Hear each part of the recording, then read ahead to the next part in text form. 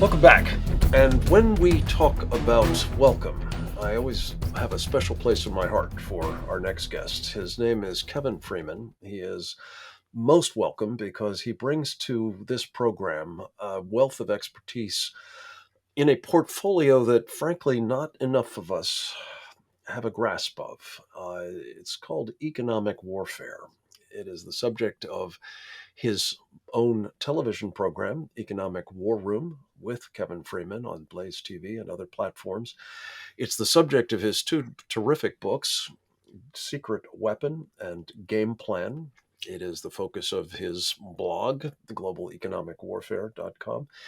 And it is, of course, an abiding passion for him that he helps the rest of us understand and I think get early warning about. And one of the things that Kevin has been warning of now for some time is the condition of our economy and its dependence upon very low interest rates, as well as the reserve currency status of the dollar to and essentially enable us to persist in profligate spending and all that flows from that. Kevin's been warning for some time that the chickens would come home to roost, and it appears as though that has just happened. Kevin Freeman, welcome back to Securing America. It's always good to have you with us, my friend. Thank you, Frank. It's good to be with you.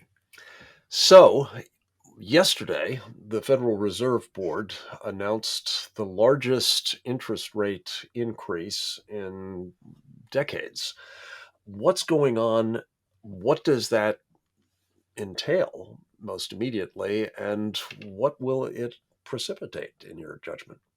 Oh, Frank, that's a very big question. The Federal Reserve did raise interest rates. It is inevitable. It's something we have talked about for a long time. But the reason is simple. The inflation rate is reported over 8%, 8.6%, I think is the official. And the net result of it is if you have 8+% inflation and interest rates were, not long ago in the 2% range, Mhm. you have people losing money and you have the economy spiraling into a potential hyperinflation. And so the Fed has to put the brakes on somewhere. They have to raise interest rates.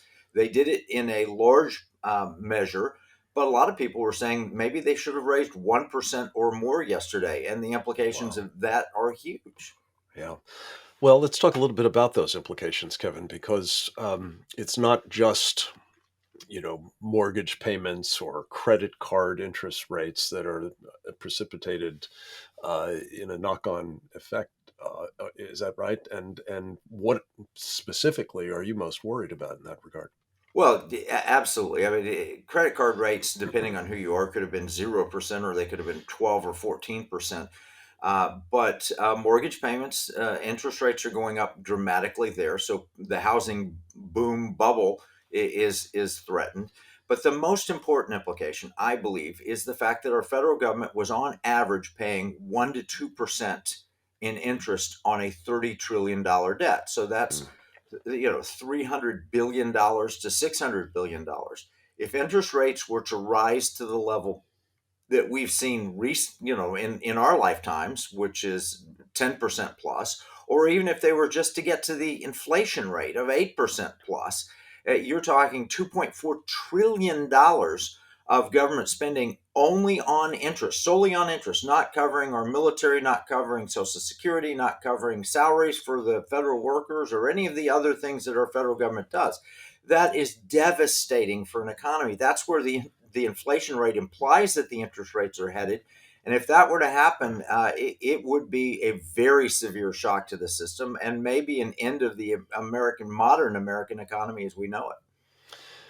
All right, walk us through that a little bit more systematically.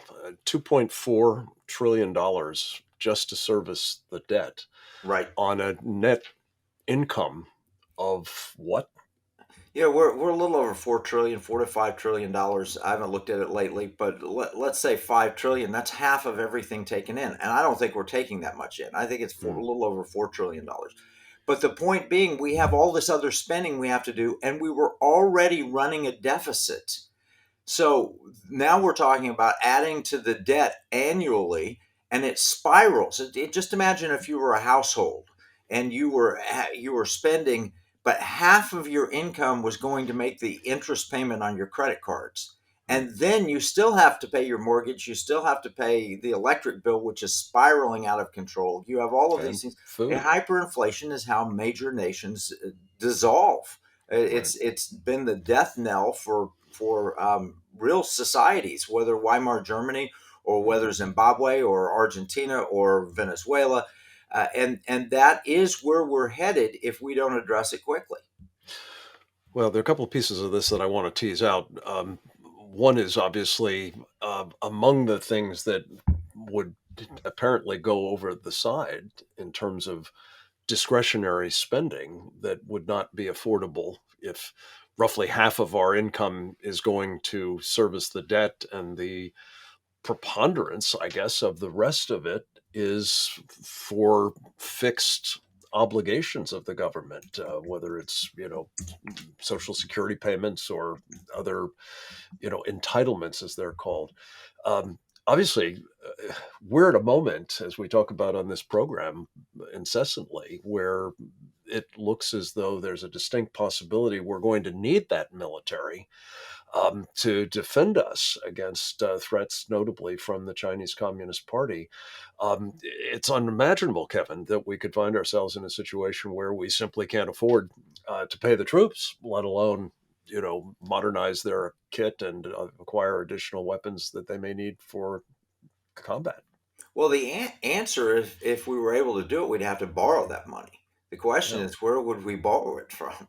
And the idea is that if our enemies decided that they no longer wanted to fund us, and the Chinese have been buyers of our debt in the past, Hmm. it puts us at mercy of other nations, and it Yeah. puts us at risk of you either cut your defense, which will ruin your nation, Mhm. or you continue to borrow and spend, which could cause inflation. I mean, we're in a very bad position. I want to ask you to hold that thought, Kevin, because bad position is, of course, what you've been telling us we were going to get into here.